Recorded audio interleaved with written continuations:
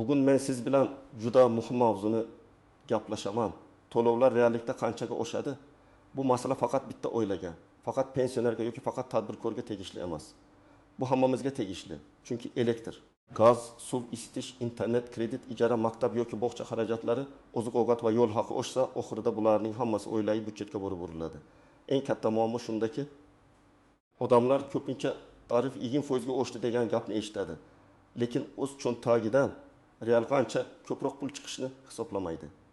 20% oshish har doim ham sizning umumiy xarajatingiz 20% ga oshdi degani emas. Ba'zida real yuk 5% bo'ladi, ba'zida esa 40% ga yaqinlashadi. Bugun men sizga buni oddiy hisob-kitob bilan, real hayotdagi misollar orqali tushuntirib beraman. Agar siz oilaviy budjetni nazorat qilishni, oldindan tayyorlanishni va ortiqcha to'lovlardan qochishni xohlasangiz, hozirroq kanalga obuna bo'ling va videoga like bosing.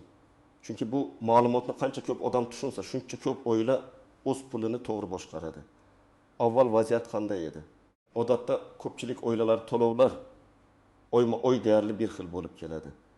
Masalan, bir oilada elektr uchun oyiga 100 ming so'm, gaz uchun 190 ming so'm, suv uchun 60 ming so'm, internet uchun 100 ming so'm, telefonlar uchun 100 ming so'm, transport uchun 400 ming so'm, oziq-ovqat uchun 3 million so'm, kredit yoki ijara uchun 2 million so'm ketadi.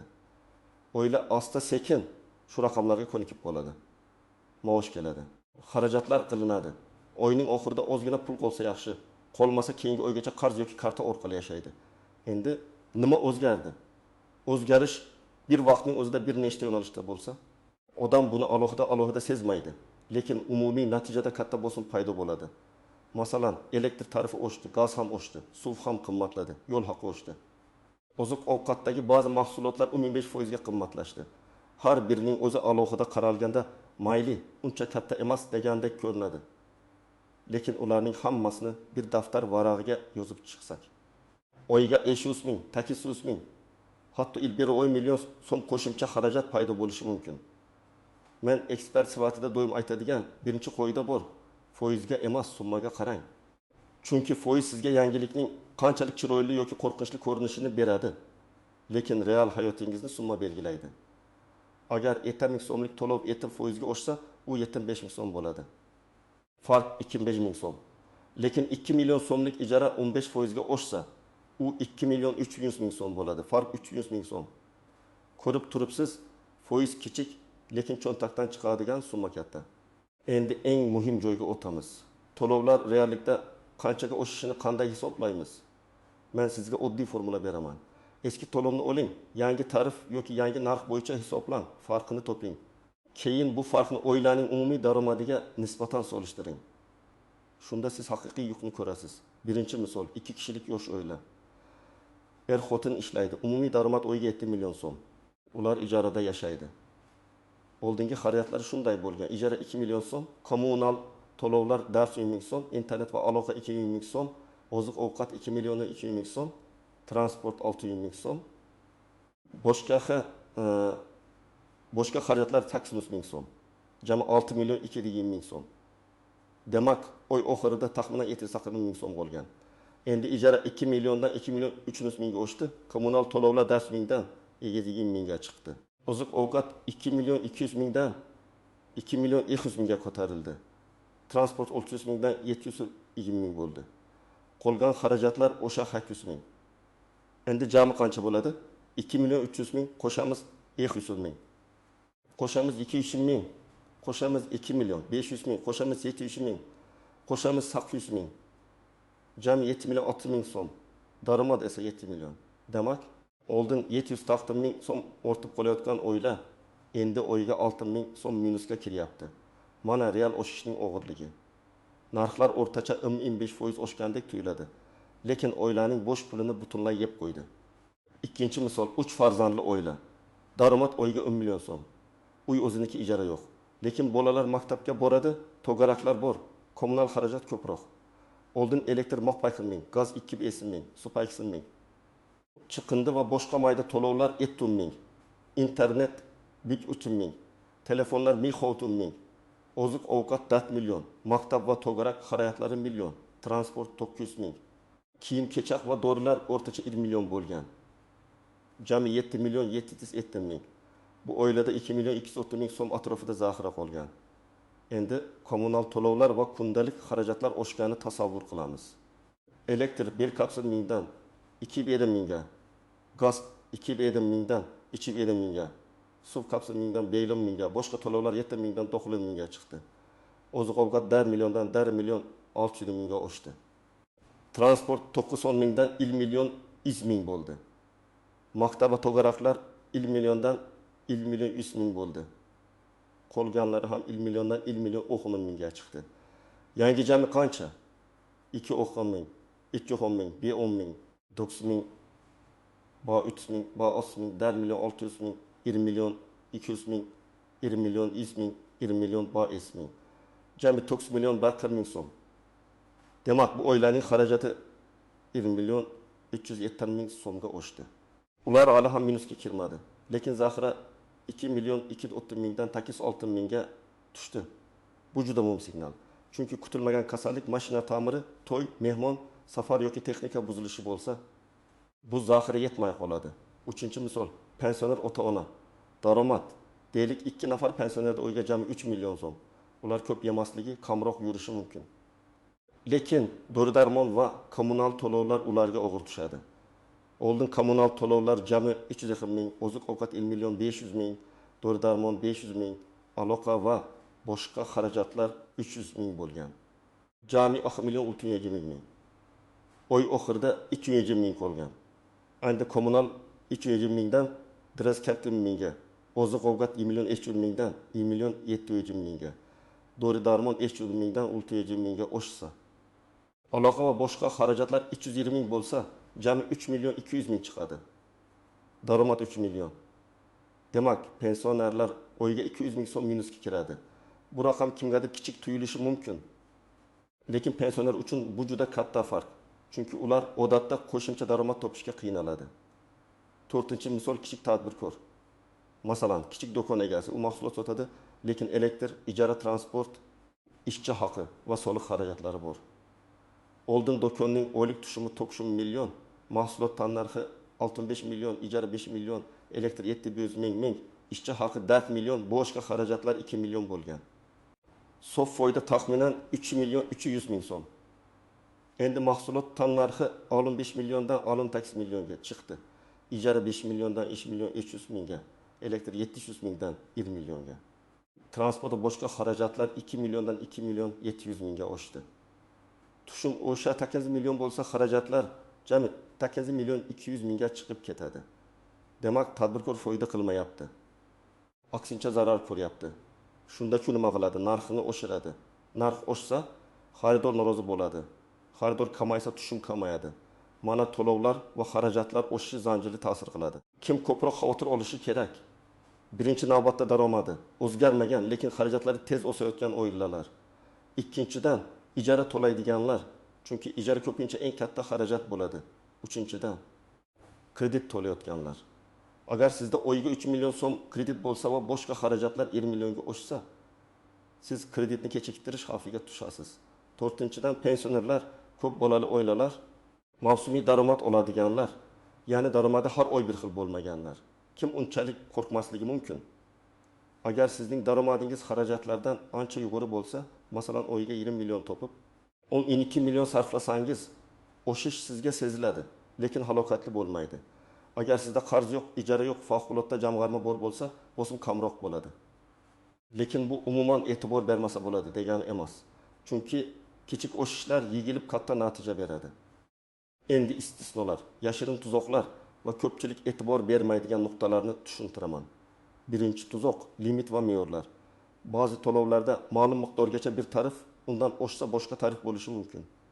Masalan, elektrda yoki suvda iste'mol hajmi oshgani sari narx ham boshqacha hisoblanishi mumkin. Men odatda 200 ming to'lardim. Tarif 20% oshsa 240 ming bo'ladi deb o'ylaydi. Lekin agar iste'mol yuqori bo'lsa yoki imtiyozli miqdordan chiqib ketsa, real to'lov 2 ming emas, 300 ming yoki 2,5 ming bo'lishi mumkin. Shuning uchun faqat foizga emas, o'z hisoblagichingizdagi real kilovat, kub metr va tar jadvaliga qarash kerak. Ikkinchi tuzoq mavsumiylik. Qishda gaz, elektr isitish ko'proq ishlatiladi. yozda konditsioner, suv muzlatgich sug'orish yoki sovutish xarajatlari oshadi. Agar siz sentabr oyidagi to'lovni olib, dekabr oyiga solishtirsangiz, o'sishni faqat tarif bilan bolash xati bo'ladi. Balki tarif 15% oshgandir, lekin iste'mol 4% ko'paygandir. Natijada to'lov 6% ga oshgandek ko'rinadi. To'g'ri tahlil qilish uchun bir xil oylarni solishtirish kerak. Masalan, bu yil yanvarni o'tgan yil yanvar bilan, bu yil iyulni o'tgan yil iyul bilan. 3-tuzoq. Qarzdorlik va penya. Ba'zi odamlar bir oy to'lamaydi. Keyingi oy kelgan summani ko'rib, to'lov 2 barobar oshibdi deydi. Aslida u yerda yangi to'lov eski qarz, balki penya yoki qayta hisob-kitob ham qo'shilgan bo'lishi mumkin. Shuning uchun kvitansiyani alohida o'qish kerak. Joriy oy to'lovi qancha oldingi, qarz qancha, penya bormi, qayta hisob-kitob bormi?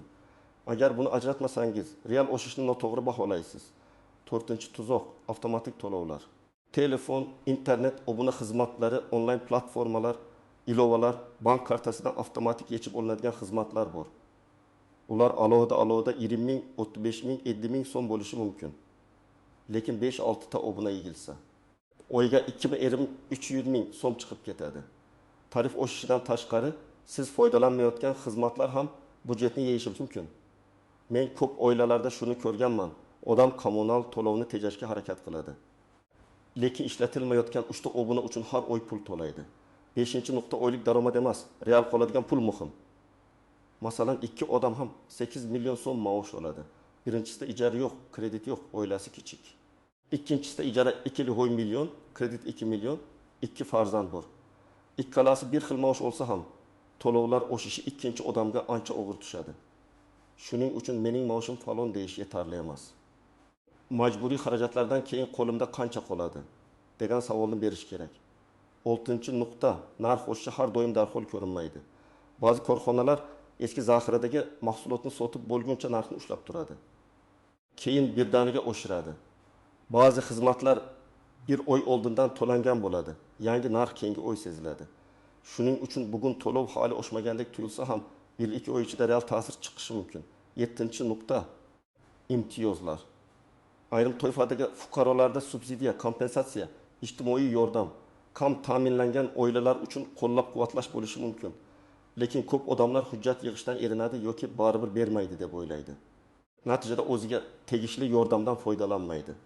Agar sizning daromadingiz past bo'lsa, oilada nogironligi bo'lgan shaxs bo'lsa, pensioner bo'lsangiz, ko'p bolali oila bo'lsangiz, albatta mahalla ijtimoiy himoya organlari, xizmat ko'rsatuvchi tashkilotlar orqali qanday imtiyozlar borligini tekshiring. Endi men aniq nima qilish kerakligini bosqichma-bosqich aytaman. Birinchi qadam, oxirgi 3 oy yoki imkon bo'lsa 6 oy kvitansiyalarni yig'ing. Elektr, gaz, suv, isitish, chiqindi, internet, telefon, kredit, ijara, bog'cha, maktab, transport, dori-darmon, oziq-ovqatga o'zing. Agar qog'oz kvitansiya bo'lmasa, bank ilovasi tarixidan, to'lov tizimi tarixidan, SMS xabarlardan ko'ring. Ikkinchi qadam, xarajatlarni 2 guruhga ajrating. Birinchi guruh majburiy xarajatlar, ijara, kredit, kommunal to'lov, oziq-ovqat, dori, transport. Ikkinchi guruh moslashuvchan xarajatlar, kafe, ortiqcha obunalar, qimmat kiyim, rejasiz xaridlar, tez taksi, keraksiz mayda buyumlar. Maqsad hammasini kesib tashlash emas. Maqsad qaysi joyda pul nazorati chiqayotganini ko'rish. 3-qadam, har bir to'lov bo'yicha eski va yangi summani yozing. Masalan, elektr oldim 1,5 ming, hozir 2,5 ming, farq 6 ming. Gaz oldim 200 ming, hozir 3,5 ming, farq 6 ming. Suv oldim 6 ming, hozir 9 ming, farq 3 ming. Oziq-ovqat oldim 3 million, hozir 3 million 500 ming, farq 500 ming. Shu farqlarni qo'shing. Mana sizning real oylik o'sishingiz. 4-qadam, bu farqni daromadga nisbatan baholang. Agar oylik daromadingiz 8 million bo'lsa va xarajatlar 800 mingga oshgan bo'lsa, bu daromadning 10%. Lekin bundan ham muhimroq savol, oldin oy oxirida qancha pul qolardi? Agar oldin 20 million qolgan bo'lsa, 800 ming oshish zaxirangizning 100%ni yeb qo'ydi. Agar oldin 300 ming qolgan bo'lsa, siz allaqachon minusdasiz. 5-qadam, hisoblagichlarni tekshiring. Elektr, gaz, suv hisoblagich raqamini har oyning bir xil kunda yozib boring. Masalan, har oyning il sanasi. Suratga olib qo'ying. Shunda noto'g'ri hisob-kitob, ortiqcha yozilgan raqam yoki kutilmagan sakrashni tez payqaysiz. Agar iste'mol odatdagidan keskin oshgan bo'lsa, sababini izlang Suv oqmayaptimi? Elektrik jihoz nosoz emasmi? Gaz pechi ko'p ishlamayaptimi? Kimdir noqonuniy ulanmaganmi? 6-qadam, agar to'lov noto'g'ri ko'rinsa, indamay to'lab yubormang. Xizmat ko'rsatuvchi tashkilotga murojaat qiling. Qanday yozish kerak? Oddiy ariza yozasiz. Men falonchi falon manzilda yashayman. Falon oy uchun hisoblangan to'lov summasi odatdagi iste'molimga nisbatan yuqori. Hisob kitobni qayta ko'rib chiqishingizni, hisoblagich ko'rsatkichlari va tarif bo'yicha izoh berishingizni so'rayman. Arizaga pasport nusxasi, kadastr yoki shartnoma ma'lumotlari, oxirgi kvitansiyalar, hisoblagich suratlari, to'lov cheklarini ilova qilasiz. Arizani 2 nusxada topshiring yoki elektron shaklida yuborsangiz, yuborilganini tasdiqlovchi ma'lumotni saqlang. 7-qadam, budjetda yangi tarif zaxirasi yarating. Agar to'lovlar oyga 500 mingga oshgan bo'lsa, darhol biror katta xarajatni qisqartirish kerak bo'lishi mumkin. Masalan, taksini haftasiga 4 marta emas, 2 marta ishlatish, foydalanilmayotgan obunalarni bekor qilish, oziq-ovqatni ro'yxat bilan xarid qilish, elektr jihozlarini bekor ishlatmaslik, suv oqishini tuzatish. Bularning har biri kichik ko'rinadi, lekin oy oxirida katta farq beradi. 8-qadam, qarz va kreditlarni qayta baholang. Agar to'lovlar oshishi sababli kreditni kechiktirish xavfi bo'lsa, bankdan qochmang. Oldindan murojaat qiling. Grafikni qayta ko'rish, muddatni uzaytirish. Vaqtinchalik yengillik bor yo'qligini so'rang. Eng yomon yo'l bu jim yurib kechiktirishlarni ko'paytirish. Chunki keyin penya jarima kredit tarixining buzilishi qo'shiladi. 9-qadam, oilaviy yig'ilish qiling. Bu juda oddiy tuyuladi, lekin foydali. Uyda hamma bilsin, daromad qancha, majburiy xarajat qancha, qaysi joyda tejash kerak. Farzandlarga ham yoshiga qarab tushuntirish mumkin. Masalan, chiroqni bekor yoqmaslik, suvni oqizib qo'ymaslik, keraksiz xarid so'ramaslik. Bu faqat pul masalasi emas, moliyaviy tarbiya masalasi hamdir. Demak, to'lovlar reallikda qanchaga oshishini bilish uchun yangilikdagi foizga qarab xulosa chiqarmaymiz. Biz o'z kvitansiyamizni, o'z iste'molimizni, o'z daromadimizni va oy oxirida qoladigan pulimizni hisoblaymiz. Haqiqiy javob har bir oilada har xil bo'ladi. Kimdadir oshish 200 ming so'm, kimdadir 1 million. Kimdadir esa butun budjetni minusga olib kiradigan darajada bo'lishi mumkin. Men sizga tavsiya qilaman, bugunoq oxirgi to'lovlaringizni yig'ing. Eski va yangi summalarni yozing. Farqni hisoblang va oilangiz uchun reja tuzing. Agar noto'g'ri hisob kitob bo'lsa, albatta murojaat qiling. Agar imtiyozga haqingiz bo'lsa, hujjat topshiring. Agar xarajatlar nazoratdan chiqayotgan bo'lsa, ularni yozma ravishda boshqaring. Sizning holatingizda to'lovlar qancha oshdi? Oyiga 500 mingmi, 500 mingmi, 1 milliondan ko'pmi? Izohlarda yozing. Men odamlar real hayotda qanday raqamlarga duch kelayotganini ko'rishni xohlayman. Video foydali bo'lgan bo'lsa, like bosing, kanalga obuna bo'ling va bu videoni yaqinlaringizga yuboring. Chunki to'g'ri hisob-kitob qilgan odam kutilmagan xarajatga tayyor bo'ladi.